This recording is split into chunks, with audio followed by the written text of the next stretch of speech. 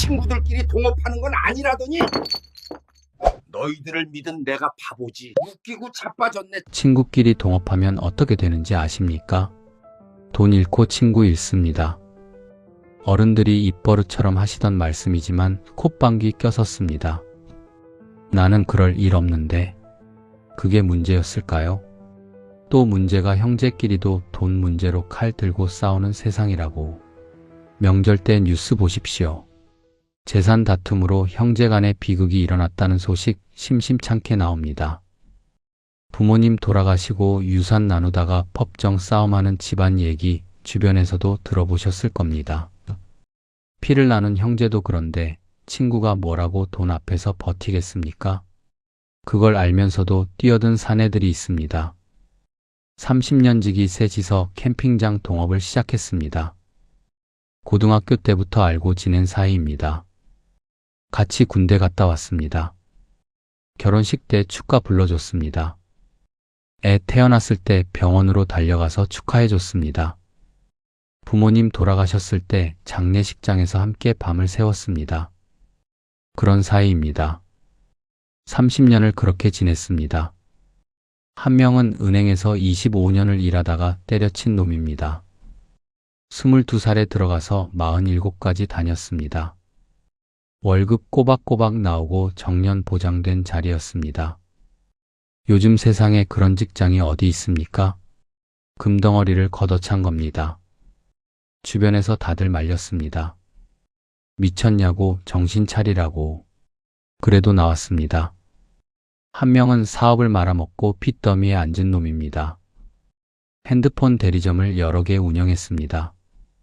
한창 때는 직원만 20명이 넘었습니다. 외제차 끌고 다니고 골프 치러 다니고 술자리에서 자기가 계산하겠다고 나서던 놈이었습니다. 그런데 시장이 바뀌었습니다. 온라인으로 다 넘어가니까 대리점 매출이 뚝 떨어졌습니다. 버텨보려고 발버둥 쳤습니다. 대출받아서 월세 내고 또 대출받아서 직원 월급 줬습니다. 악순환이었습니다.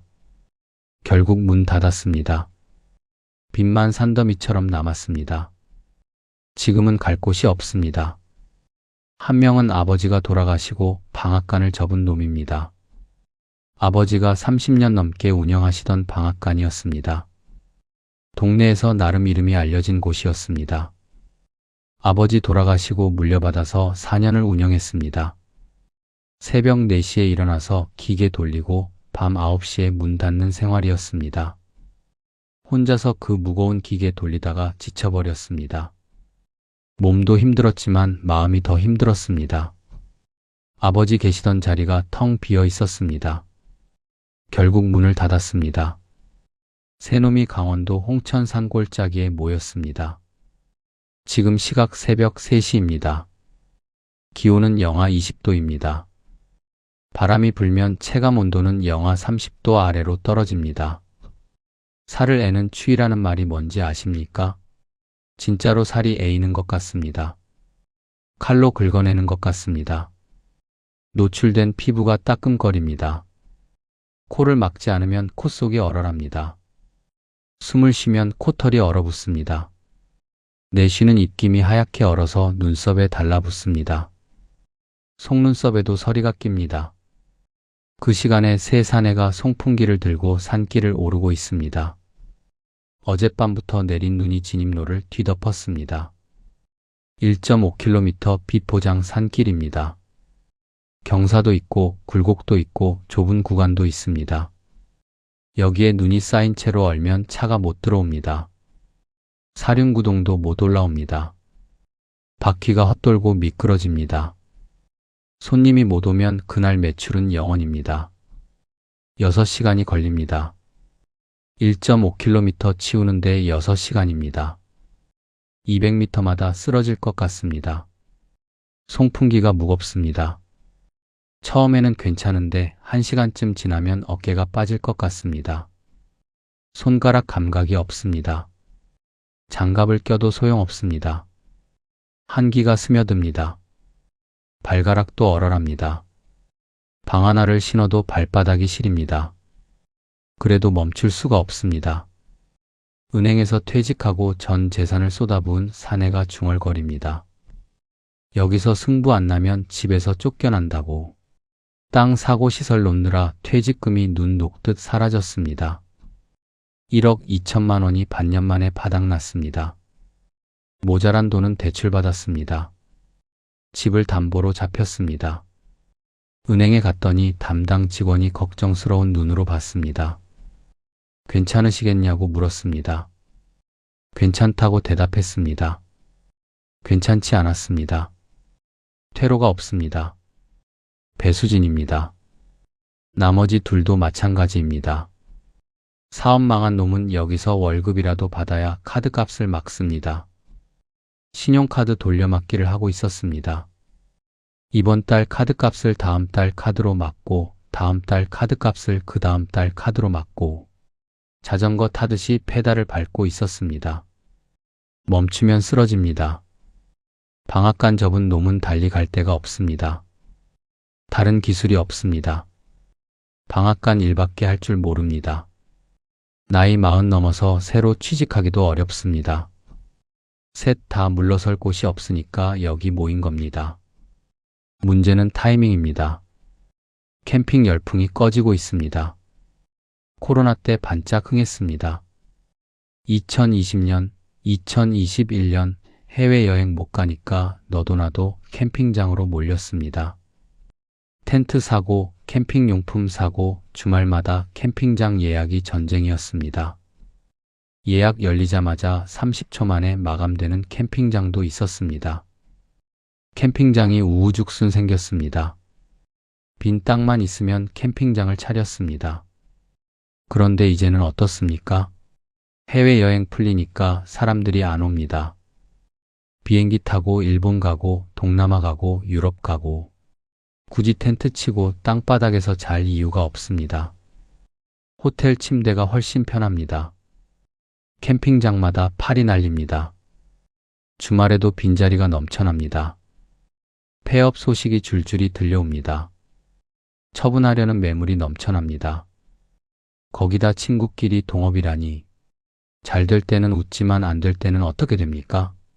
서로 탓합니다. 내가 이래서 안 됐다. 내가 저래서 망했다. 원망이 쌓입니다. 오래된 우정에 금이 갑니다. 한번 금이 가면 회복이 안 됩니다. 결국 남남보다 못한 사이가 됩니다. 길에서 마주쳐도 모른 척하는 사이가 됩니다. 이 사내들도 그 길을 걷게 될까요? 끝까지 들어보시면 아시게 됩니다. 왜 어른들이 그토록 신신당부했는지. 친구랑은 돈 거래하지 마라. 동업은 절대 하지 마라. 그 말의 무게가 어떤 건지 깨닫게 됩니다. 안정된 자리를 박차고 나올 때 무엇을 각오해야 하는지도 아시게 됩니다. 이 이야기가 당신에게 값진 교훈이 될 겁니다. 혹시 비슷한 갈림길에 서 계시다면 결정하시기 전에 끝까지 들어주십시오.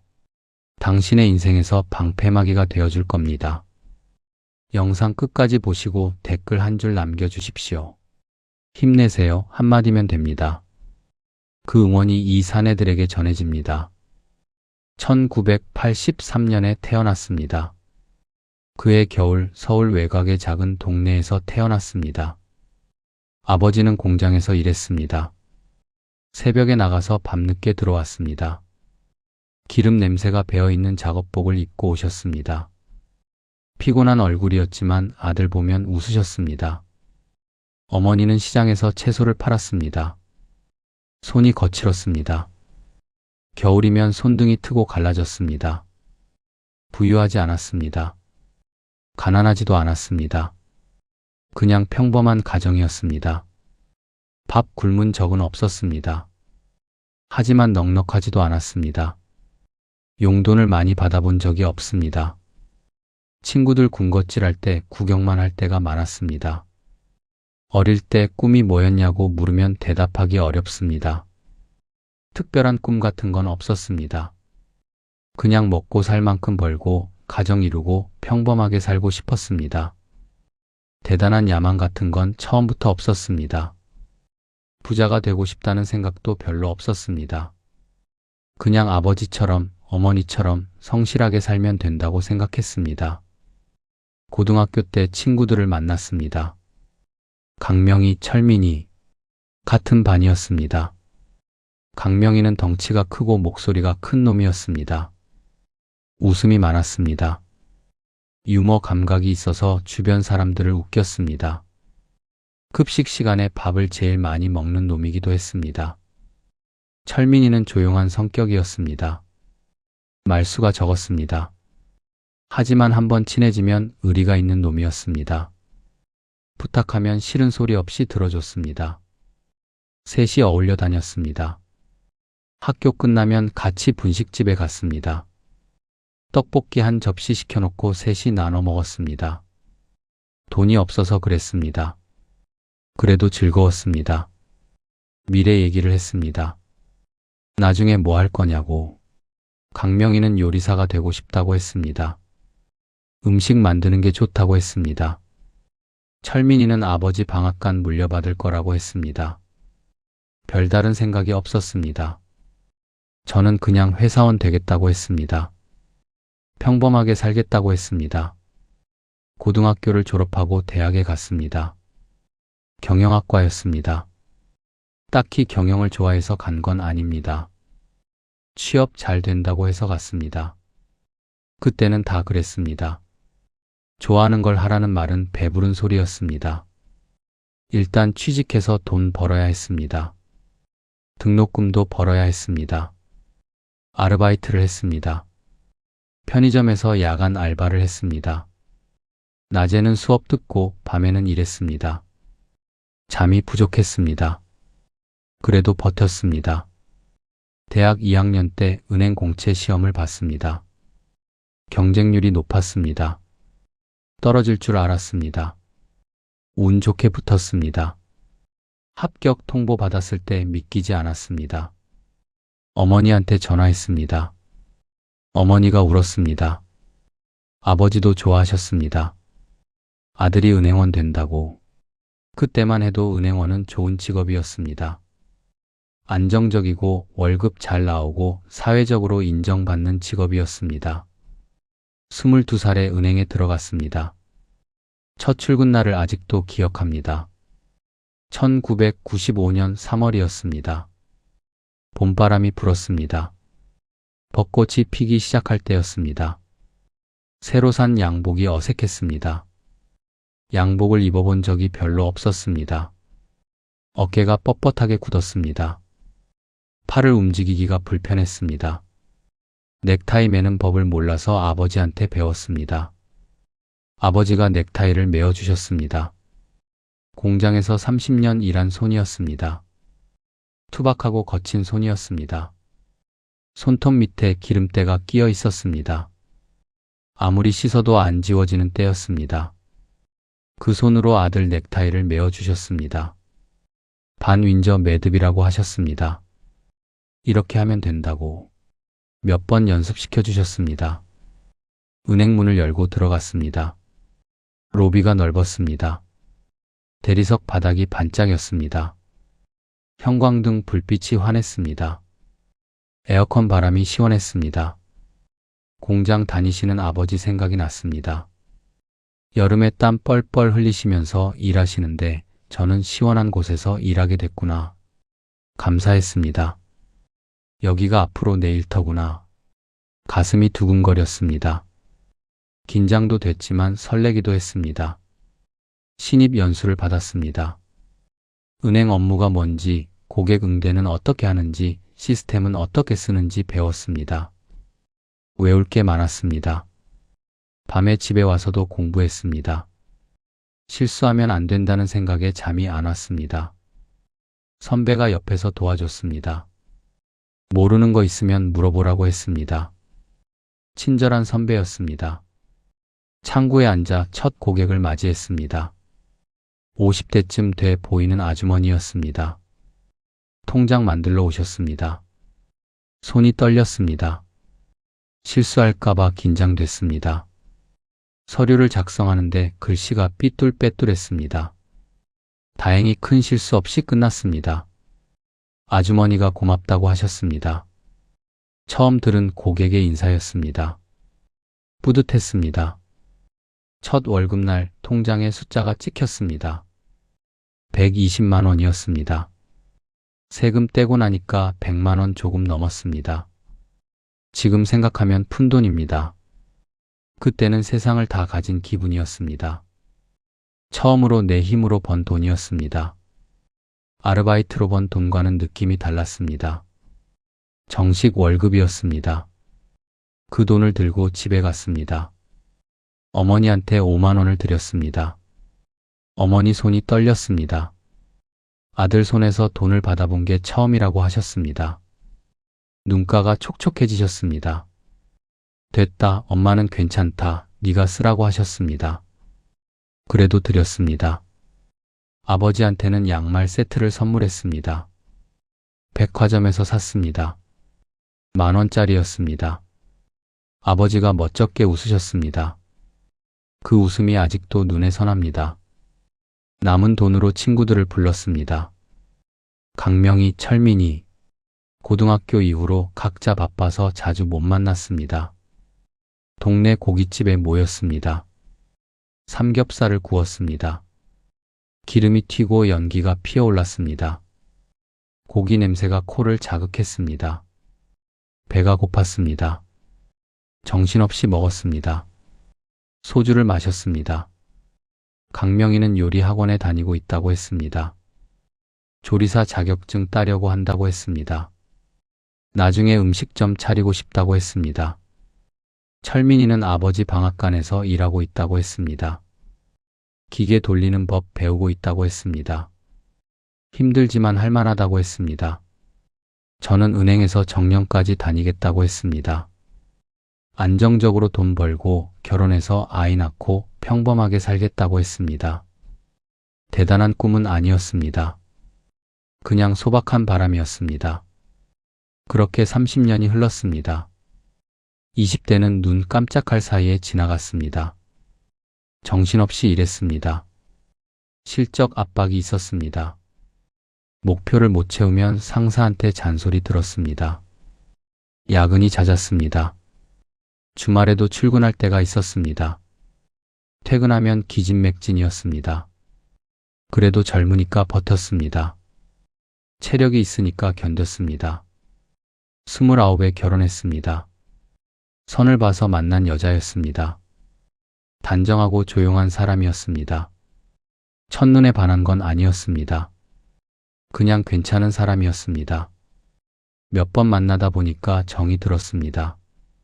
이 사람이면 평생 같이 살 수 있겠다 싶었습니다.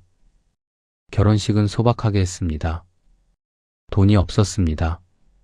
하객이 50명 남짓이었습니다. 그래도 행복했습니다. 이제 가정이 생겼다는 게 뿌듯했습니다. 30대가 됐습니다. 아이가 태어났습니다. 아들이었습니다. 분만실 밖에서 기다리던 시간이 천년 같았습니다. 아이 울음소리가 들렸을 때 눈물이 났습니다. 간호사가 아이를 안겨줬습니다. 작고 빨간 얼굴이었습니다. 눈을 감고 있었습니다. 내 아이, 내 핏줄이 세상에 나왔습니다. 그때부터 돈이 많이 들기 시작했습니다. 분유가, 기저귀가, 병원비. 월급이 올랐는데도 늘 부족했습니다. 33세 아파트를 샀습니다. 대출을 끼고 샀습니다. 3억짜리 아파트에 2억을 대출받았습니다. 매달 이자가 빠져나갔습니다. 통장에 월급이 들어오면 곧바로 사라졌습니다. 대출이자, 관리비, 아이 분유가, 보험료. 남는 게 없었습니다. 40이 넘으니까 몸이 예전 같지 않았습니다. 아침에 눈뜨기가 싫었습니다. 출근길 지하철에서 한숨이 절로 나왔습니다. 똑같은 역, 똑같은 출구, 똑같은 건물. 25년을 다녔는데 풍경이 하나도 안 변했습니다. 세금 징수 업무를 맡았습니다. 체납된 세금을 받아내는 일이었습니다. 사람들 얼굴 보는 게 힘들었습니다. 세금 못 내겠다고 사정하는 사람이 있었습니다. 눈물을 흘렸습니다. 그래도 징수해야 했습니다. 욕하는 사람도 있었습니다. 공무원 새끼들이 국민 피 빨아먹는다고 했습니다. 참았습니다. 참는 것도 업무였습니다. 퇴근하면 진이 빠졌습니다. 어느 날 문득 생각했습니다. 이게 내 인생인가? 정년까지 15년 남았는데 이걸 또 15년을 해야 하나? 숨이 막혔습니다. 그때 캠핑을 시작했습니다. 주말마다 텐트 들고 산으로 갔습니다. 나무 냄새가 코끝을 스쳤습니다. 흙 냄새가 났습니다. 장작 타는 냄새가 났습니다. 가슴이 뻥 뚫렸습니다. 밤에 모닥불을 피웠습니다. 장작이 타닥타닥 타는 소리가 났습니다. 하늘을 봤습니다. 별이 쏟아졌습니다. 서울에서는 본 적 없는 별들이었습니다. 눈물이 났습니다. 이유는 모르겠습니다. 그냥 눈물이 났습니다. 캠핑장에 있을 때만 숨이 쉬어졌습니다. 도시로 돌아가면 다시 숨이 막혔습니다. 월요일 아침이 무서웠습니다. 1년을 고민했습니다. 캠핑장 창업에 대해 알아봤습니다. 쉽지 않다는 걸 알았습니다. 망하는 곳이 더 많다는 것도 알았습니다. 그래도 해보고 싶었습니다. 이대로 살다 죽으면 후회할 것 같았습니다. 아내한테 말했습니다. 은행 그만두고 캠핑장 하고 싶다고. 아내 얼굴이 굳었습니다. 한참을 말이 없다가 한숨을 쉬었습니다. 당신이 행복하면 나도 좋다고. 근데 잘 생각하라고. 애들도 있다고. 1년을 더 고민했습니다. 그리고 결심했습니다. 25년 다닌 은행에 사직서를 냈습니다. 퇴직금이 통장에 들어왔습니다. 1억 2천만 원이었습니다. 25년의 값어치가 이 숫자 하나로 정리됐습니다. 허무했습니다. 강원도 홍천에 땅을 샀습니다. 산골짜기에 3,000평이었습니다. 계곡이 흐르고 나무가 울창했습니다. 공기가 달랐습니다. 여기다 직감적으로 느꼈습니다. 땅 사고 시설 놓고 이것저것 하다 보니 퇴직금이 순식간에 사라졌습니다. 모자란 돈은 대출받았습니다. 집을 담보로 잡혔습니다. 아내가 물었습니다. 이거 안 되면 어떡하냐고. 대답했습니다. 안 되면 집에서 쫓겨나지, 그러니까 되게 해야지. 캠핑장이 완성됐습니다. 2021년 봄이었습니다. 내 이름으로 된 사업장이었습니다. 뿌듯하기도 하고 두렵기도 했습니다. 그때 전화가 왔습니다. 30년 지기 친구 강명이었습니다. 그 전화 한 통이 모든 것의 시작이었습니다. 강명이한테 전화가 왔을 때 이상한 느낌이 들었습니다. 평소 강명이는 밝은 놈이었습니다. 전화하면 목소리가 크고 활기찼습니다. 그날은 달랐습니다. 목소리가 가라앉아 있었습니다. 기운이 없었습니다. 상황이 안 좋다면서 만나자고 했습니다. 어디서 만날까 물었더니 잠시 침묵이 흘렀습니다. 아무 데나 괜찮다고 했습니다. 그 침묵이 신경 쓰였습니다. 동네 커피숍에서 만났습니다. 강명희가 먼저 와 있었습니다. 창가 구석 자리에 앉아 있었습니다. 멀리서 봐도 뭔가 이상했습니다. 얼굴이 반쪽이 됐습니다. 광대뼈가 툭 튀어나오고 눈 밑에 다크서클이 시커멓게 깔렸습니다. 볼이 푹 꺼져 있었습니다. 젊었을 때는 살이 통통하게 올라있던 놈이었습니다. 웃음이 많던 놈이었습니다. 그 흔적이 사라져 있었습니다. 가까이 가서 앉았습니다. 강명희가 힘없이 웃었습니다. 억지 웃음이었습니다. 눈은 웃지 않았습니다. 핸드폰 대리점 사업을 했습니다. 2000년대 초반에 시작했습니다. 핸드폰 시장이 폭발적으로 성장할 때였습니다. 대리점 하나 차렸더니 대박이 났습니다. 2개, 3개로 늘렸습니다. 한창 때는 매장을 5개나 운영했습니다. 직원만 20명이 넘었습니다. 돈을 많이 벌었습니다. 외제차를 뽑았습니다. 독일산 세단이었습니다. 술자리에서 자기가 계산하겠다고 나서던 놈이었습니다. 골프를 시작했습니다. 회원권은 못 사고 퍼블릭으로 다녔지만 그래도 골프였습니다. 사업이 잘 된다는 소문이 퍼졌습니다. 친척들이 돈 빌려달라고 찾아왔습니다. 그런데 시장이 바뀌었습니다. 스마트폰 시대가 되면서 온라인으로 다 넘어갔습니다. 통신사 공식 온라인 몰에서 직접 가입하는 사람들이 늘었습니다. 대리점 찾아오는 사람이 줄었습니다. 매출이 뚝 떨어졌습니다. 버텨보려고 발버둥 쳤습니다. 매장을 줄였습니다. 5개에서 3개로, 3개에서 2개로 직원을 내보냈습니다. 마음이 아팠지만 어쩔 수 없었습니다. 그래도 적자였습니다. 월세가 나가고 인건비가 나가고 통신사 수수료는 줄고 악순환이었습니다. 대출을 받았습니다. 은행 대출, 캐피탈 대출, 심지어 카드론까지. 이번 달 월세 내려고 대출 받고 다음 달 직원 월급 주려고 또 대출 받고 빚이 눈덩이처럼 불어났습니다. 밤에 잠이 안 왔습니다. 천장을 바라보며 숫자를 계산했습니다. 이자가 얼마고 원금이 얼마고 월세가 얼마고 머리가 터질 것 같았습니다. 결국 문을 닫았습니다. 마지막 매장 문 닫는 날 빈 매장에 혼자 앉아 있었습니다. 텅 빈 진열대, 뜯겨나간 간판 자국, 먼지 쌓인 바닥. 그 풍경이 눈에 박혔습니다.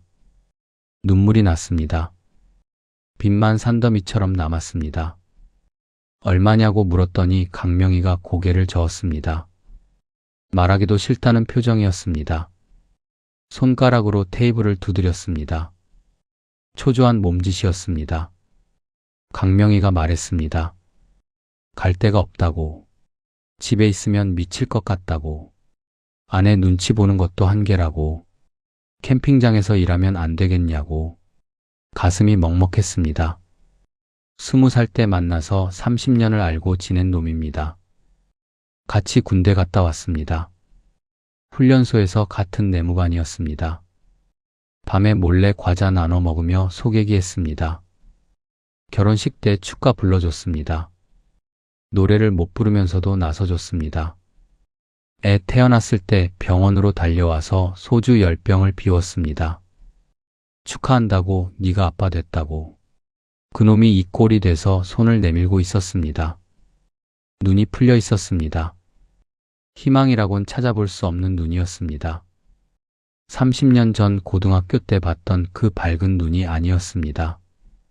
사실 혼자서도 빠듯한 상황이었습니다. 캠핑장 시작한 지 얼마 안 됐습니다. 손님이 아직 많지 않았습니다. 인건비 줄 여유가 넉넉하지 않았습니다. 그래도 외면할 수가 없었습니다. 그래, 와라, 같이 하자. 그렇게 말했습니다. 강명희 눈가가 붉어졌습니다. 고맙다고 했습니다. 목소리가 떨렸습니다. 며칠 뒤에 철민이한테도 연락이 왔습니다. 역시 30년 지기입니다. 철민이 목소리도 평소랑 달랐습니다. 무겁고 가라앉아 있었습니다. 철민이 아버지는 방앗간을 했습니다. 동네에서 30년 넘게 같은 자리에서 장사했습니다. 어릴 때 철민이네 방앗간에 놀러간 적이 있습니다. 쌀 빻는 기계 소리가 우렁찼습니다. 쌀가루 냄새가 코를 찔렀습니다. 철민이 아버지가 웃으면서 떡을 주셨습니다. 따끈한 떡이었습니다. 맛있었습니다. 철민이가 아버지 방앗간을 물려받아서 4년 정도 운영했습니다. 새벽 4시에 일어났습니다. 기계를 점검하고 재료를 준비하고 주문을 확인했습니다. 하루 종일 기계 돌렸습니다. 밤 9시에 문 닫았습니다. 주말도 없었습니다. 명절 때는 더 바빴습니다. 그런데 아버지가 돌아가셨습니다. 갑자기였습니다. 아침에 멀쩡히 얘기하다가 오후에 쓰러지셨습니다. 뇌출혈이었습니다. 구급차에 실려 병원으로 갔습니다. 수술대에 올랐지만 의식을 회복하지 못하셨습니다. 다음 날 돌아가셨습니다. 철민이가 장례식장에서 멍하니 앉아있던 모습이 생각납니다. 아무 말도 안 했습니다. 눈물도 안 흘렸습니다. 그냥 멍했습니다. 나중에 술자리에서 털어놨습니다. 아버지 돌아가신 게 실감이 안 난다고. 아직도 아버지가 방앗간에 계신 것 같다고. 아버지 없이 혼자 방앗간을 돌리는 게 버거웠습니다. 몸도 힘들었지만 마음이 더 힘들었습니다. 아버지 계시던 자리가 텅 비어 있었습니다. 아버지가 쓰시던 앞치마가 걸려 있었습니다. 아버지가 앉으시던 의자가 있었습니다. 그걸 볼 때마다 가슴이 무너졌습니다. 결국 문을 닫았습니다. 30년 넘게 운영하던 방앗간이 문을 닫았습니다. 단골 손님들이 아쉬워했습니다. 여기 떡 맛있었는데 어디 가서 먹냐고. 죄송하다고만 했습니다. 철민이가 말했습니다. 나도 가면 안 되겠냐고. 그래서 셋이 모였습니다. 은행 관둔 놈, 사업 망한 놈, 방앗간 접은 놈. 30년 지기 3명이 강원도 산골짜기에 모였습니다. 동업 계약서 같은 건 쓰지 않았습니다. 친구니까, 30년을 믿으니까, 법적인 서류가 필요하다고 생각 안 했습니다. 악수 한번 하고 끝이었습니다. 잘해보자고 했습니다. 이거 아니면 끝이라고 했습니다. 죽이 되든 밥이 되든 같이 가는 거라고 했습니다. 셋이 손을 맞잡았습니다. 손바닥에 땀이 배어 있었습니다. 불안했습니다. 앞이 안 보였습니다. 그래도 함께니까 해낼 수 있을 거라고 믿었습니다. 역할을 나눴습니다. 캠핑장 전체 관리는 제가 맡았습니다. 주인이니까. 요리는 강명이가 맡았습니다. 요리 전공했고 자격증도 있으니까. 시설 관리랑 청소는 철민이가 맡았습니다. 방앗간 일하면서 기계 다루는데 익숙하니까. 첫날 셋이 캠핑장을 둘러봤습니다. 나무가 울창했습니다. 계곡 물소리가 들렸습니다. 공기가 맑았습니다. 도시와는 다른 세계였습니다. 강명이가 말했습니다. 여기 좋다고. 손님들 좋아하겠다고. 철민이도 말했습니다. 공기가 다르다고. 폐가 씻기는 것 같다고. 희망이 있었습니다. 함께니까 해낼 수 있을 거라고 믿었습니다. 그때는 몰랐습니다. 그 믿음이 얼마나 얇은 얼음판 위에 서 있는지, 친구끼리 동업은 절교의 지름길이라는 말이 왜 생겼는지 곧 알게 됩니다. 캠핑장 운영 첫 해 겨울이 왔습니다. 강원도 홍천은 눈이 많이 옵니다. 설국이라고 불릴 정도입니다. 겨울이 되면 온 세상이 하얗게 변합니다. 도시에서는 몇 센티 쌓이면 뉴스에 나오지만 여기서는 몇십 센티미터씩 쌓이는 건 순식간입니다. 밤새 눈이 내리면 아침에 문이 안 열릴 정도로 쌓여 있습니다. 그날 밤 자정쯤 눈이 내리기 시작했습니다. 창밖을 보니까 한방눈이었습니다. 손뭉치 같은 눈송이가 펑펑 쏟아졌습니다. 예보에서는 조금 온다고 했습니다. 5cm 정도라고 했습니다. 거짓말이었습니다. 불안해서 잠을 못 잤습니다. 새벽에 몇 번씩 창문 열고 밖을 봤습니다. 눈이 점점 쌓여갔습니다. 심장이 쿵쿵 뛰었습니다. 새벽 3시에 일어나서 밖으로 나갔습니다. 세상이 하얗게 뒤덮였습니다. 20cm는 쌓인 것 같았습니다. 심장이 쿵 내려앉았습니다. 진입로가 문제였습니다. 캠핑장까지 이어지는 1.5km 비포장 산길입니다. 아스팔트가 아니라 흙길입니다. 경사도 있고 굴곡도 있고 좁은 구간도 있습니다. 여기에 눈이 쌓인 채로 얼어버리면 차가 못 들어옵니다. 사륜구동도 못 올라옵니다. 바퀴가 헛돌고 미끄러집니다. 빙판이 되면 더 위험합니다. 차가 미끄러져서 계곡으로 굴러떨어질 수도 있습니다. 손님이 못 오면 그날 매출은 0원입니다. 예약한 손님이 올라오다가 차가 못 가면 예약 취소입니다. 환불해줘야 합니다. 거기다 입소문이 나쁘게 납니다. 눈 오면 못 올라가는 캠핑장이라고. 그러면 다음 예약도 줄어듭니다. 강명이랑 철민이를 깨웠습니다. 방문을 두드렸습니다. 강명이가 눈을 비비며 나왔습니다. 뭐냐고 물었습니다. 눈 치워야 한다고 했습니다. 강명이가 창밖을 봤습니다. 얼굴이 굳었습니다. 철민이도 깨웠습니다. 철민이가 씩 웃었습니다. 이거 한바탕 하겠다고. 셋 다 잠이 덜 깼습니다. 눈이 충혈돼 있었습니다. 몸이 무거웠습니다. 그래도 움직여야 했습니다. 작업복으로 갈아입었습니다. 방한복, 방한화, 장갑, 목도리, 모자. 껴입을 수 있는 건 다 껴입었습니다. 손전등을 챙겼습니다. 송풍기를 들었습니다. 눈을 불어서 치우는 기계입니다. 등에 매는 형태입니다. 밖으로 나갔습니다. 영하 20도였습니다. 바람이 칼처럼 볼을 핥히고 지나갔습니다. 숨을 쉬면 코털이 얼어붙었습니다. 콧속이 얼얼했습니다. 코를 훌쩍이면 콧물이 바로 얼었습니다. 눈썹에 서리가 꼈습니다. 입술이 트기 시작했습니다. 장갑을 껴도 손끝 감각이 없었습니다. 한기가 장갑을 뚫고 스며들었습니다. 방하나를 신어도 발바닥이 시렸습니다. 발가락이 얼얼했습니다. 오래 서 있으면 발이 떨어져 나갈 것 같았습니다. 산길에 불빛 하나 없었습니다. 칠흑 같은 어둠이었습니다. 손전등 불빛만 의지였습니다. 그 좁은 빛 안에서 눈 덮인 산길이 보였습니다. 끝이 안 보였습니다. 1.5km가 얼마나 긴지 그때 깨달았습니다. 송풍기를 켰습니다. 엔진 소리가 요란했습니다. 정적을 깨는 소리였습니다. 눈을 불어내기 시작했습니다. 눈이 휘날렸습니다. 바람에 날린 눈이 얼굴에 달라붙었습니다. 눈 안으로 들어갔습니다. 시야가 흐려졌습니다. 한 명이 앞에서 눈을 치우면 한 명이 뒤에서 손전등으로 비춰줬습니다. 나머지 한 명은 잠시 쉬었습니다. 200m마다 교대했습니다. 안 그러면 못 버텼습니다. 송풍기가 무거웠습니다. 처음에는 괜찮았습니다. 1시간쯤 지나니까 어깨가 빠질 것 같았습니다. 허리도 아팠습니다. 다리도 후들거렸습니다. 강명이가 신음을 흘렸습니다. 어깨가 빠질 것 같다고. 요리하던 사람이라 이런 육체 노동에 익숙하지 않았습니다.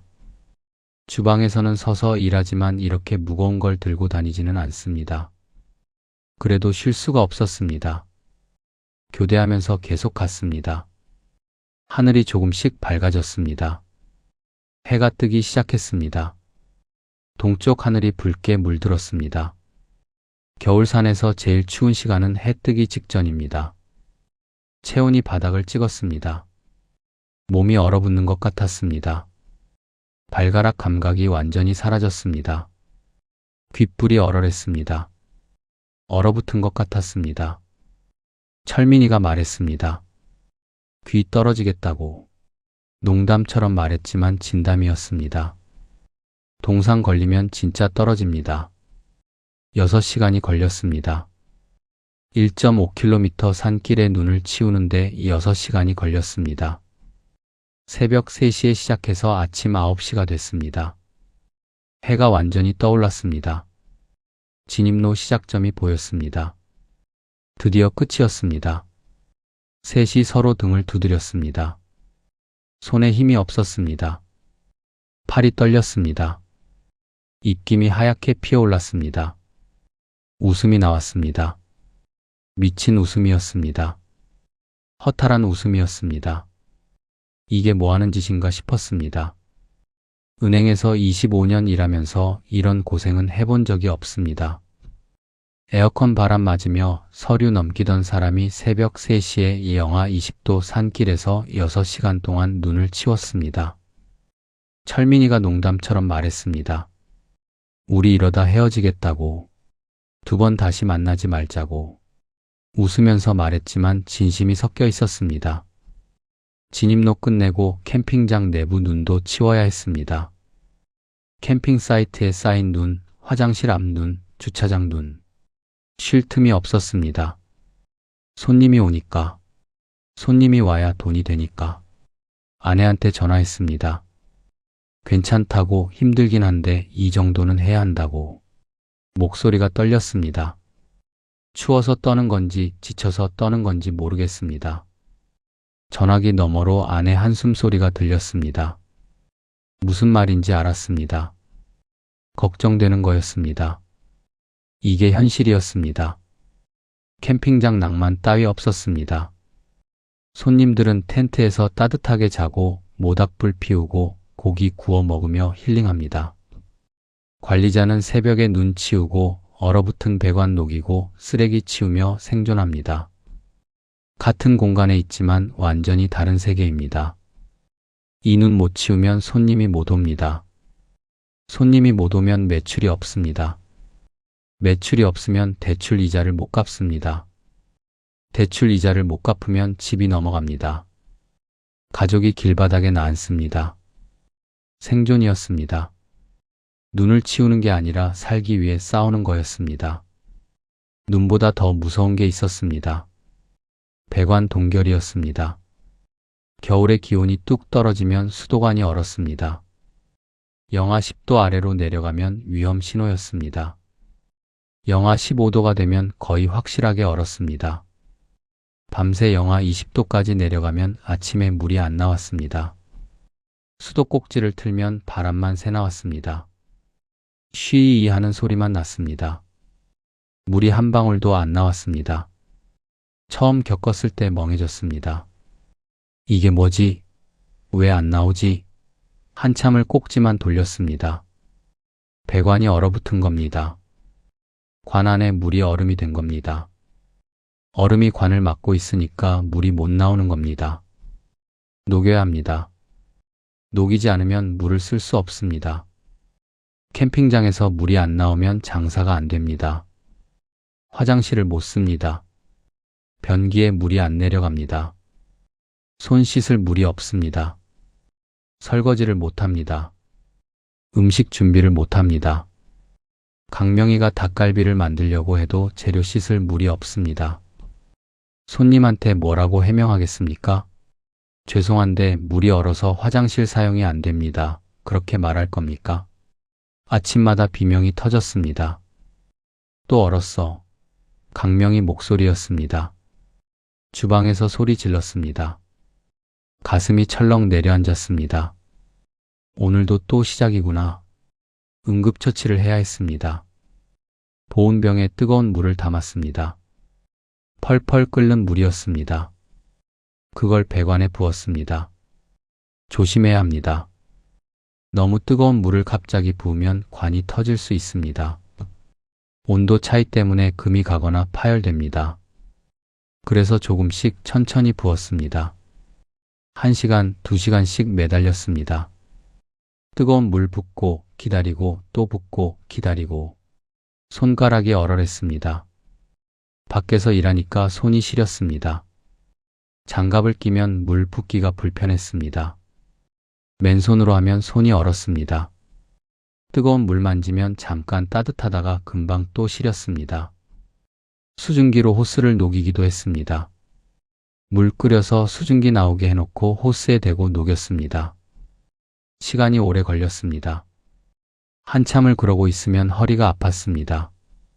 쪼그리고 앉아서 일하니까 무릎도 아팠습니다. 그래도 안 되는 날이 있었습니다. 아무리 녹여도 안 풀렸습니다. 배관 깊숙한 곳이 꽁꽁 얼어붙으면 방법이 없었습니다. 그러면 개울로 갔습니다. 캠핑장 옆으로 개울이 흘렀습니다. 여름에는 손님들이 물놀이하는 곳이었습니다. 아이들이 물장구 치고 노는 곳이었습니다. 겨울에는 꽁꽁 얼었습니다. 얼음이 두껍게 얼었습니다. 30cm가 넘었습니다. 그 얼음을 깨야 했습니다. 도끼를 들고 갔습니다. 얼음 위에 올라갔습니다. 미끄러웠습니다. 중심을 잡기 어려웠습니다. 도끼를 내리쳤습니다. 쿵쿵쿵. 팔이 저렸습니다. 얼음이 단단했습니다. 몇 번을 내리쳐야 금이 갔습니다. 금이 간 부분을 더 쳤습니다. 조각이 떨어져 나갔습니다. 구멍이 생겼습니다. 검은 물이 보였습니다. 양동이로 물을 길었습니다. 한 번에 10kg이 넘었습니다. 물이 담긴 양동이를 들고 언덕을 올라가야 했습니다. 개울에서 캠핑장까지 한 50m쯤 됐습니다. 경사가 있었습니다. 무거운 양동이 들고 올라가면 허리가 끊어질 것 같았습니다. 팔이 빠질 것 같았습니다. 다리가 후들거렸습니다. 그걸 수십 번 왔다 갔다 했습니다. 하루 쓸 물을 채우려면 몇 시간이 걸렸습니다. 화장실 물, 주방 물, 비상용 물 다 채워야 했습니다. 해가 지면 기온이 뚝 떨어지니까 그 전에 끝내야 했습니다. 시간과의 싸움이었습니다. 손이 트고 갈라졌습니다. 차가운 물에 닿고 차가운 공기에 노출되고 피부가 버틸 수가 없었습니다. 피가 배어나왔습니다. 손등이 쩍쩍 갈라졌습니다. 로션을 발라도 소용없었습니다. 밤에 바르고 자도 다음 날이면 또 갈라졌습니다. 장갑 낀 손으로 일하는데 갈라진 틈에서 피가 배어나왔습니다. 장갑에 피가 묻었습니다. 빨래에도 자국이 안 지워졌습니다. 철민이가 투덜거렸습니다. 열선 깔아야 되는 거 아니냐고. 이렇게 맨날 이러면 어떡하냐고. 맞는 말이었습니다. 시설 투자를 해야 했습니다. 배관에 열선을 감아 놓으면 겨울에도 안 얼었습니다. 전기세가 좀 나가지만 이렇게 고생하는 것보다 낫습니다. 그런데 돈이 없었습니다. 열선 설치하려면 몇백만 원이 들었습니다. 여윳돈이 없었습니다. 대출금 이자 갚기도 빠듯했습니다. 몸으로 때우는 수밖에 없었습니다. 얼어붙는 건 배관만이 아니었습니다. 주방에서 강명이가 소리쳤습니다. 세제가 얼어서 안 나온다고. 주방 세제도 얼었습니다. 병 안에 있는 세제가 얼어붙은 겁니다. 손으로 병을 감싸서 녹여야 했습니다. 체온으로 녹였습니다. 한참 걸렸습니다. 물기 있는 건 다 얼었습니다. 수건도 얼었습니다. 빨래 널어놨더니 빳빳하게 얼어버렸습니다. 휘면 부러질 것 같았습니다. 아침마다 전쟁이었습니다. 사소한 것 하나하나가 다 일이었습니다. 도시에서는 상상도 못할 일들이었습니다. 수도꼭지 틀면 물이 나오는 게 당연했습니다. 세제 누르면 나오는 게 당연했습니다. 수건이 마르면 보송보송한 게 당연했습니다. 여기서는 아무것도 당연하지 않았습니다. 모든 게 싸움이었습니다. 모든 게 노동이었습니다. 밤이면 지쳐서 쓰러졌습니다. 온몸이 쑤셨습니다. 어깨, 허리, 무릎, 손목. 안 아픈 곳이 없었습니다. 손가락 하나 까딱하기 싫었습니다. 침대에 눕자마자 기절하듯 잠들었습니다. 그래도 다음 날 또 일어나야 했습니다. 손님이 오니까, 돈을 벌어야 하니까. 이게 자연 속에서 사는 대가였습니다. 낭만 따위 없었습니다. 캠핑장 손님들이 보는 풍경과 관리자가 보는 현실은 완전히 달랐습니다. 손님들은 모닥불 피우고 고기 구우며 낭만을 즐겼습니다. 별 보며 술 마시고 새소리 들으며 아침을 맞이했습니다. 관리자는 새벽에 눈 치우고 얼어붙은 배관 녹이고 개울에서 물 길어 나르며 생존했습니다. 같은 공간에 있지만 완전히 다른 세계였습니다. 3개월쯤 지나니까 균열이 생기기 시작했습니다. 처음에는 사소한 것들이었습니다. 말투가 날카로워지는 정도였습니다. 예전에는 툭툭 넘어가던 말들이 신경에 거슬리기 시작했습니다. 제설 작업할 때였습니다. 강명이가 눈을 치우는데 속도가 느렸습니다. 꼼꼼하게 하려고 했습니다. 넓은 범위를 깔끔하게 치우려고 했습니다. 시간이 오래 걸렸습니다. 조바심이 났습니다. 해 뜨기 전에 끝내야 하는데 좀 빨리 하라고 했습니다. 넓게 하려고 하지 말고 차 다닐 폭만 치우라고 했습니다.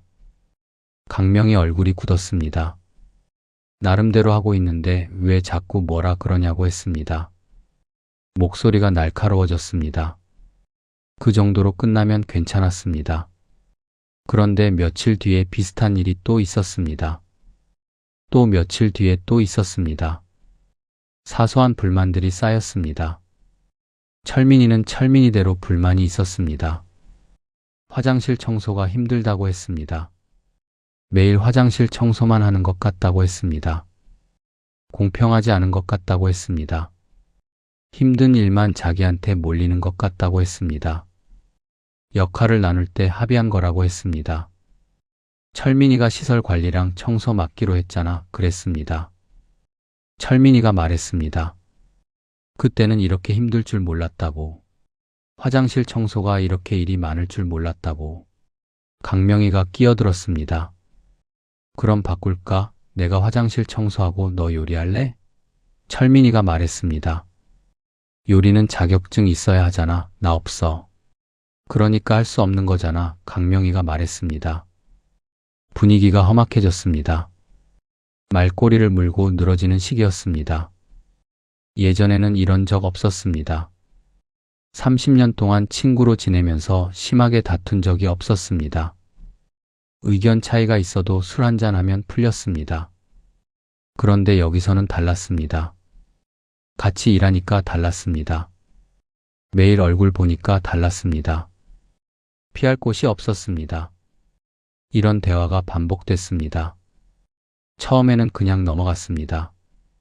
친구니까, 30년을 알았으니까. 그런데 계속 쌓이니까 감정이 골맞습니다. 말 안 해도 얼굴에 드러났습니다. 불만이 있는 게 표정에 보였습니다. 분위기가 어색해졌습니다. 결정적인 싸움이 있었습니다. 매출이 안 좋은 달이었습니다. 겨울이라 손님이 뜸했습니다. 7팀, 8팀밖에 안 왔습니다. 성수기 때는 주말마다 풀로 찼는데 겨울은 반이 반도 안 찼습니다. 생활비 나누는 문제로 말이 나왔습니다. 셋이 모여 앉았습니다. 분위기가 무거웠습니다. 이번 달은 좀 줄여야겠다고 했습니다. 매출이 너무 없다고 했습니다. 그랬더니 강명희가 물었습니다. 얼마나 줄이냐고. 반으로 줄이자고 했습니다. 강명희 얼굴이 굳었습니다. 반으로 줄이면 어떻게 사냐고 했습니다. 카드값도 못 내겠다고 했습니다. 집에 생활비도 줘야 하는데 어떡하냐고 했습니다. 나도 마찬가지라고 했습니다. 다 힘들다고 했습니다. 매출이 안 나오는데 어떡하냐고 했습니다. 그때 강명희가 말했습니다. 그 말이 가슴에 박혔습니다. 형은 캠핑장 주인이잖아. 나중에 이거 팔면 형 돈이지 우리 돈이 아니잖아. 뒤통수를 맞은 기분이었습니다. 머리가 하얘졌습니다. 심장이 쿵 내려앉았습니다. 뭐라고 물었습니다. 지금 무슨 소리 하는 거냐고. 강명희가 말했습니다. 동업이긴 한데 지분이 있냐고. 계약서 썼냐고. 형 이름으로 다 돼 있지 않냐고. 할 말이 없었습니다. 사실이었습니다. 땅도 시설도 전부 제 이름으로 돼 있었습니다. 친구니까 계약서 같은 거 필요 없다고 생각했습니다. 30년 우정을 믿었습니다. 악수 한번 하면 되는 줄 알았습니다. 그게 화근이었습니다. 법적으로 보면 강명희 말이 맞았습니다. 땅은 제 이름으로 돼 있고 사업자 등록도 제 이름으로 돼 있습니다. 강명희랑 철민이는 법적으로 그냥 직원입니다. 동업자가 아닙니다. 지분이 없습니다.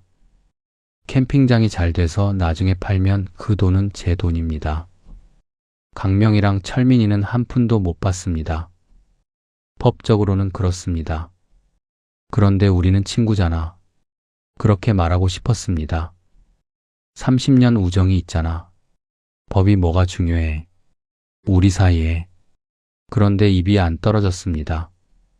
강명희 눈빛을 보니까 말이 안 나왔습니다. 차가운 눈빛이었습니다. 30년 전 고등학교 때 봤던 그 따뜻한 눈이 아니었습니다. 그날 밤 셋이 술을 마셨습니다. 분위기가 싸늘했습니다. 예전에는 술 마시면 옛날 얘기하면서 웃었습니다. 그날은 아무도 안 웃었습니다. 각자 소주잔만 들이켰습니다. 침묵이 무거웠습니다. 철민이가 물었습니다. 우리 이러다 진짜 끝장나는 거 아니냐고. 아무도 대답을 못했습니다. 묵묵히 술만 마셨습니다. 동업은 하는 게 아니라는 말이 떠올랐습니다. 어른들이 그렇게 말했습니다. 형제끼리도 동업하면 안 된다고. 친구끼리는 더더욱 안 된다고. 돈 앞에서 정 없다고.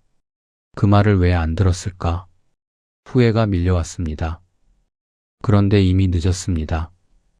배수진을 쳤습니다. 셋 다 물러설 곳이 없었습니다. 싸우더라도 버텨야 했습니다. 그게 유일한 길이었습니다. 싸우고 나서도 일은 해야 했습니다. 감정이 상해도 손님 앞에서는 웃어야 했습니다. 얼굴을 찡그리고 있을 수 없었습니다. 불친절하면 손님이 안 옵니다. 리뷰에 나쁘겠습니다. 그러면 예약이 줄어듭니다. 매출이 떨어집니다.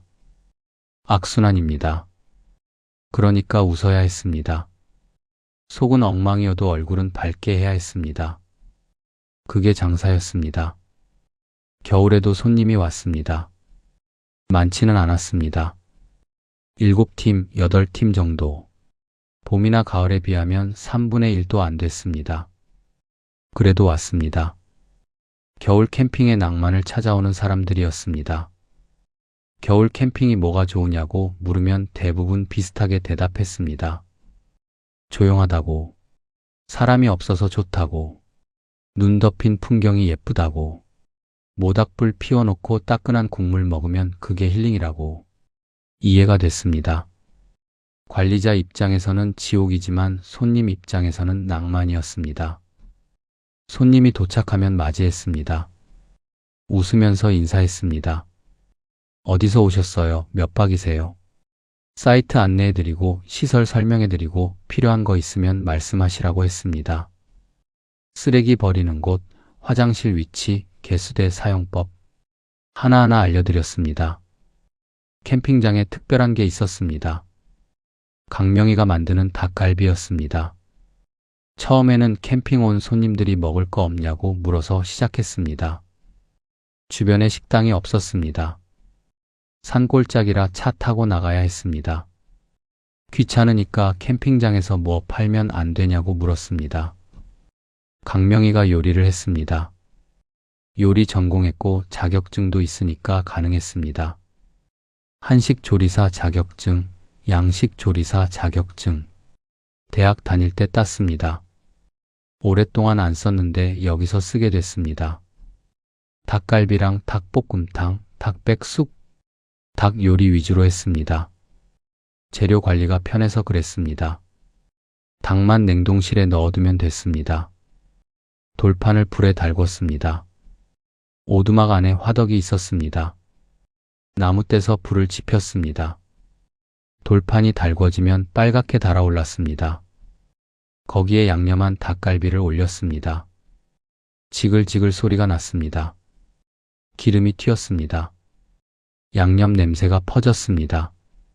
매콤한 고추장 양념 냄새, 달콤한 간장 냄새, 마늘 냄새가 뒤섞였습니다. 산속 공기와 어우러지니까 더 맛있는 냄새가 났습니다.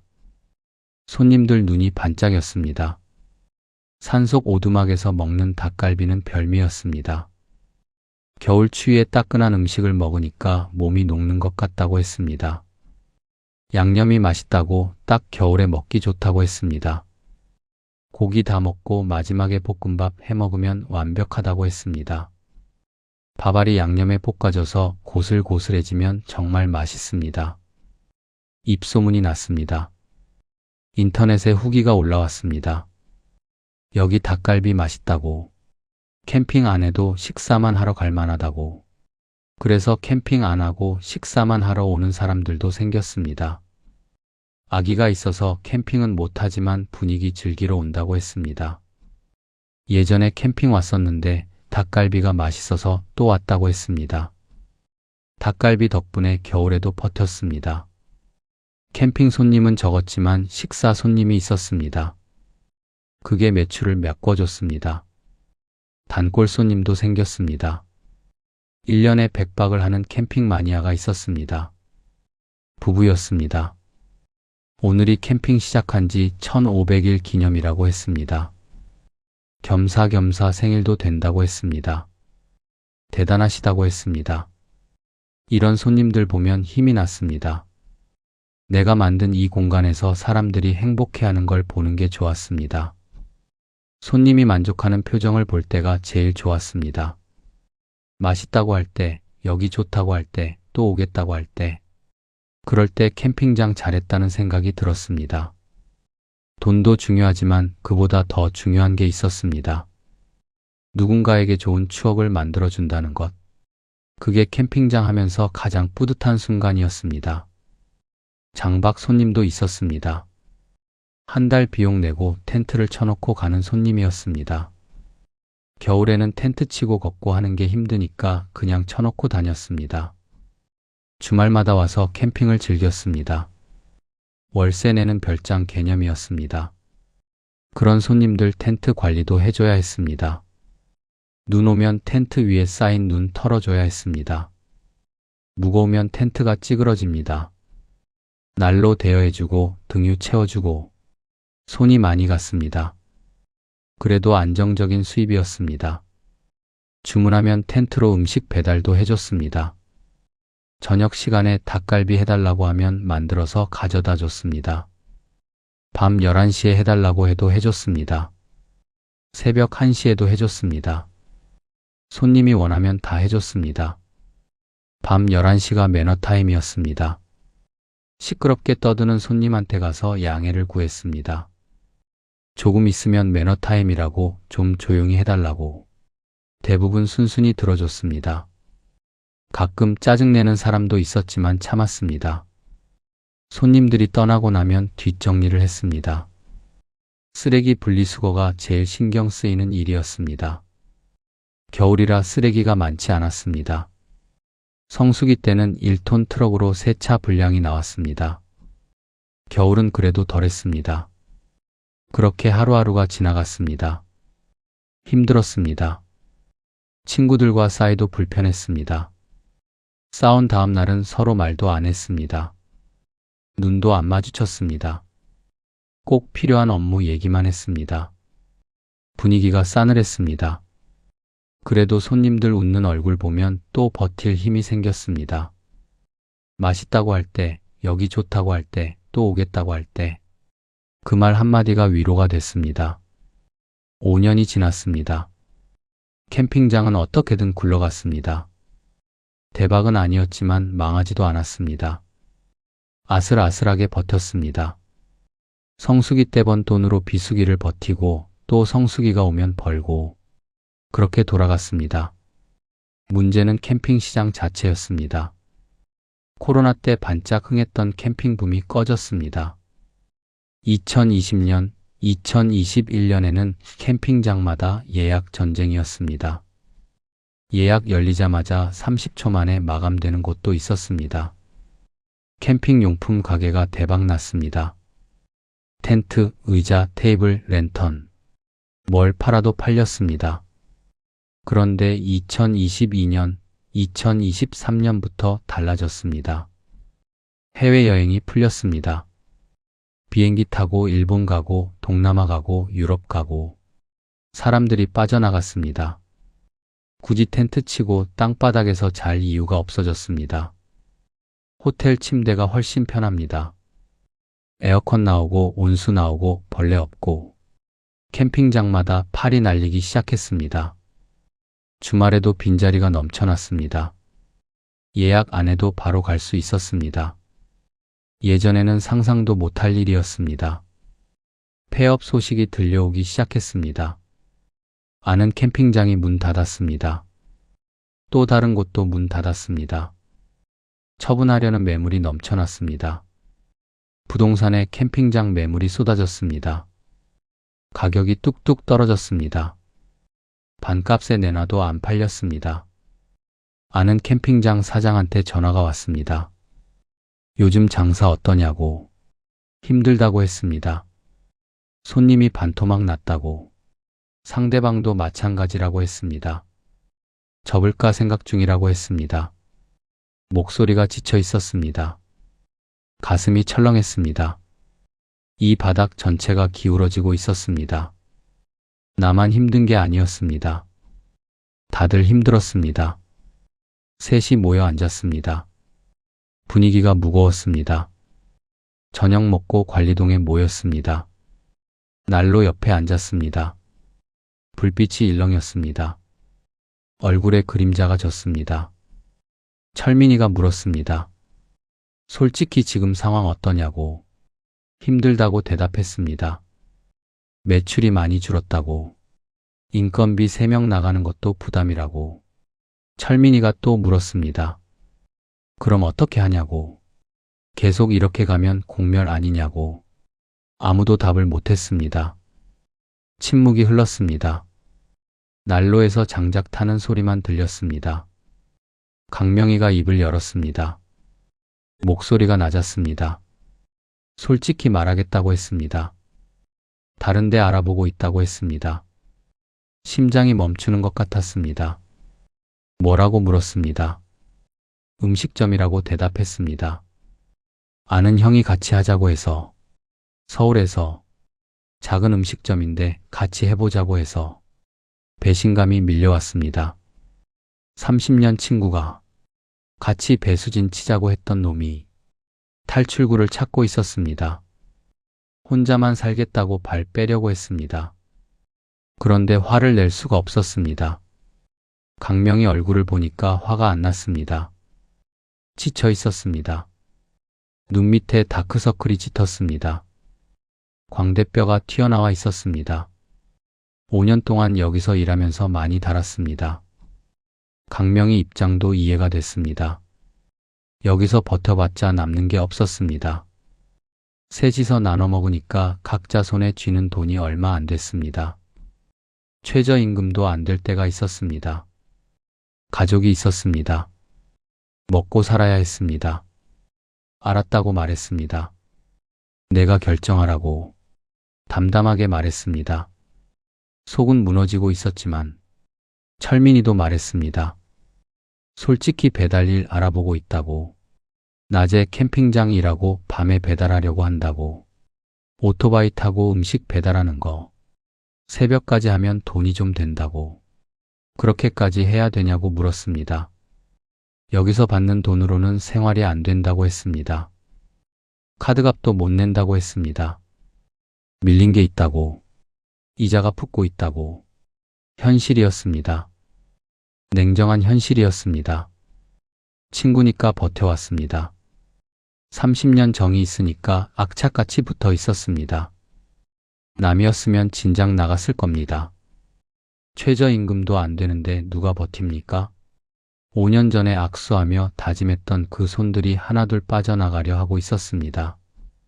잘해보자고 했던 손, 이거 아니면 끝이라고 했던 손, 죽이 되든 밥이 되든 같이 가자고 했던 손. 그 손들이 흔들리고 있었습니다. 30년 우정이 돈 앞에서 흔들리고 있었습니다.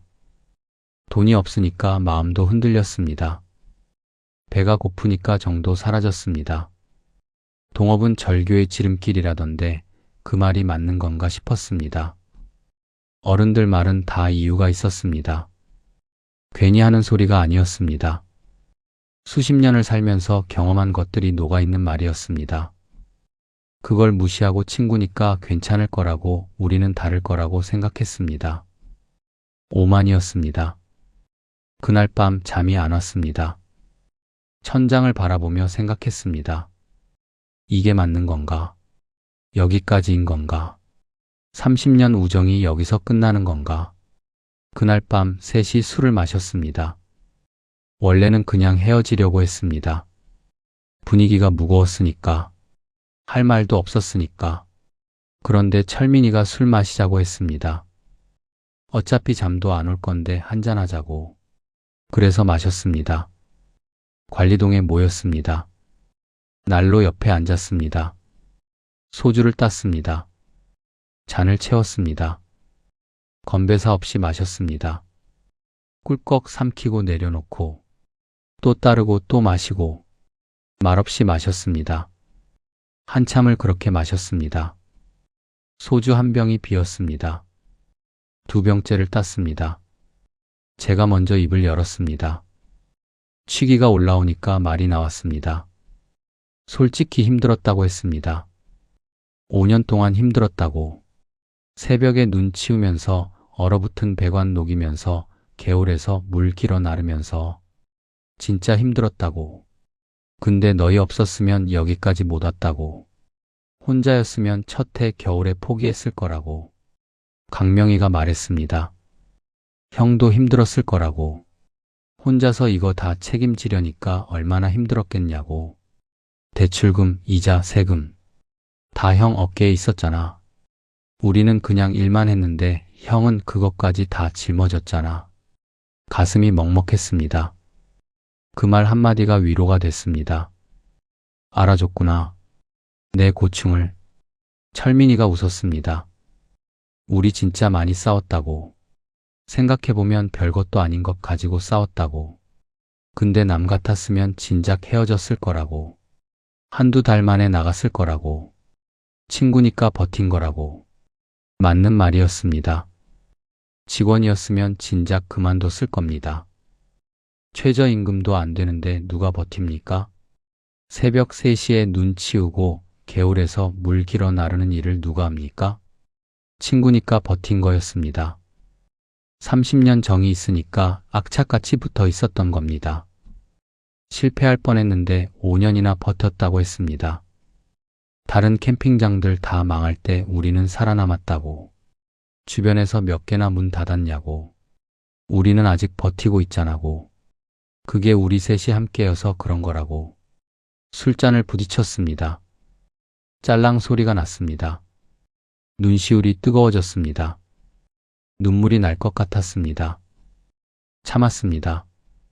사내가 울면 안 된다고 생각했습니다. 근데 눈가가 젖었습니다. 앞으로 어떻게 하냐고 물었습니다. 강명희가 대답했습니다. 음식점 얘기는 아직 확정 아니라고. 생각 중인 거라고. 여기도 미련이 있다고. 5년이나 같이 했는데 그냥 나가기가 쉽지 않다고. 철민이도 말했습니다. 배달은 부업으로 하려고 한 거라고. 여기 나가려는 건 아니라고. 낮에는 여기서 일하고 밤에 배달하면 된다고. 힘들긴 하겠지만 어떻게든 해보겠다고. 일단 계속 해보자고 했습니다. 됐다 안 됐다는 그때 가서 생각하자고. 지금 포기하면 그동안 고생한 게 다 물거품이잖아. 조금만 더 버텨보자고. 싸우지나 말자고 했습니다. 싸우면 더 안 된다고. 서로 힘들다는 거 알잖아. 탓하지 말고 가자고. 웃음이 터졌습니다. 예전에 했던 다짐이었습니다. 캠핑장 시작할 때 올해는 돈 좀 벌자, 싸우지나 말자 했었습니다. 5년이 지났는데 같은 말 하고 있었습니다. 돈은 못 벌었고 싸우기는 많이 싸웠습니다. 그래도 아직 함께였습니다. 다음날 아침 또 눈이 왔습니다. 창밖을 보니까 세상이 하얗게 변해 있었습니다. 또 치워야 했습니다. 한숨이 나왔습니다. 그래도 몸을 일으켰습니다. 새벽 3시에 일어났습니다. 작업복으로 갈아입었습니다. 송풍기를 들고 나갔습니다. 강명이랑 철민이도 따라 나왔습니다. 말없이 나왔습니다. 깨우지 않아도 알아서 나왔습니다. 춥다고 투덜거렸습니다. 강명이가 어깨에 아파 죽겠다고 했습니다. 철민이가 발가락 얼어서 떨어지겠다고 했습니다. 그래도 해야지, 안 하면 손님 못 받잖아. 투덜거리면서도 웃었습니다. 예전에는 짜증이 났습니다. 왜 내가 이 고생을 해야 하나 싶었습니다. 이제는 그냥 웃음이 나왔습니다. 이게 우리 인생이구나. 이게 우리가 선택한 길이구나. 눈을 치우다가 해가 떴습니다. 동쪽 하늘이 붉게 물들었습니다. 구름 사이로 햇살이 비쳤습니다. 눈 덮인 산이 빛났습니다. 온 산이 하얗게 반짝였습니다. 숨이 멎을 만큼 아름다웠습니다. 30년 지기 셋이 나란히 서서 일출을 봤습니다. 송풍기를 내려놓고 멍하니 봤습니다. 아무 말도 안 했습니다. 말이 필요 없었습니다. 강명희가 중얼거렸습니다. 이 맛에 여기 사는 거지. 철민이가 끄덕였습니다. 맞아, 이런 거 도시에서 못 보잖아. 그랬습니다. 힘들었습니다. 돈도 못 벌었습니다. 친구들과 싸우기도 많이 싸웠습니다. 그래도 이런 순간이 있었습니다. 눈 덮인 산을 바라보며 숨 쉬는 순간, 새소리 들으며 아침을 맞이하는 순간, 별 쏟아지는 밤하늘 아래 모닥불 피우는 순간, 도시에서는 절대 느낄 수 없는 것들이었습니다. 돈을 많이 벌지는 못했습니다. 앞으로도 어떻게 될지 모릅니다. 캠핑 시장은 계속 어렵습니다. 동업의 위험은 여전합니다. 내일 또 무슨 일이 생길지 모릅니다. 그래도 하나는 확실했습니다. 우리는 아직 함께라는 것. 30년 우정이 아직 끊어지지 않았다는 것. 5년 동안 싸우고 투덜거리고 원망도 했지만 아직 함께라는 것. 어쩌면 그게 가장 큰 성공일지도 모릅니다. 동업은 절교의 지름길이라고 했습니다. 맞는 말입니다. 위험합니다. 친구 잃기 십상입니다. 그런데 우리는 아직 버티고 있습니다. 30년 우정이 5년의 동업을 견뎌냈습니다. 아직은요. 여러분 끝까지 들어주셔서 감사합니다. 혹시 친구랑 동업을 생각하고 계십니까? 아니면 안정된 직장을 박차고 새로운 도전을 꿈꾸고 계십니까? 이 사내들의 이야기가 조금이라도 참고가 됐으면 좋겠습니다. 쉽지 않습니다. 낭만 따위 없습니다. 현실은 냉혹합니다. 새벽 3시에 눈 치우고 얼어붙은 배관 녹이고 친구랑 돈 문제로 다투고 그게 현실입니다. 드라마에 나오는 것처럼 예쁘지 않습니다. 그래도 함께할 사람이 있다면, 믿을 수 있는 사람이 있다면 해볼 만할지도 모릅니다. 혼자보다 셋이 나을 때가 있습니다. 힘들 때 등 두드려주는 사람이 있으면 버틸 힘이 생깁니다. 이 영상이 도움이 됐다면 댓글 한 줄 남겨주십시오. 힘내세요 한마디면 됩니다. 그 따뜻한 말이 이 사내들에게 전해지길 바랍니다. 구독과 좋아요도 부탁드립니다. 다음 이야기로 또 찾아뵙겠습니다.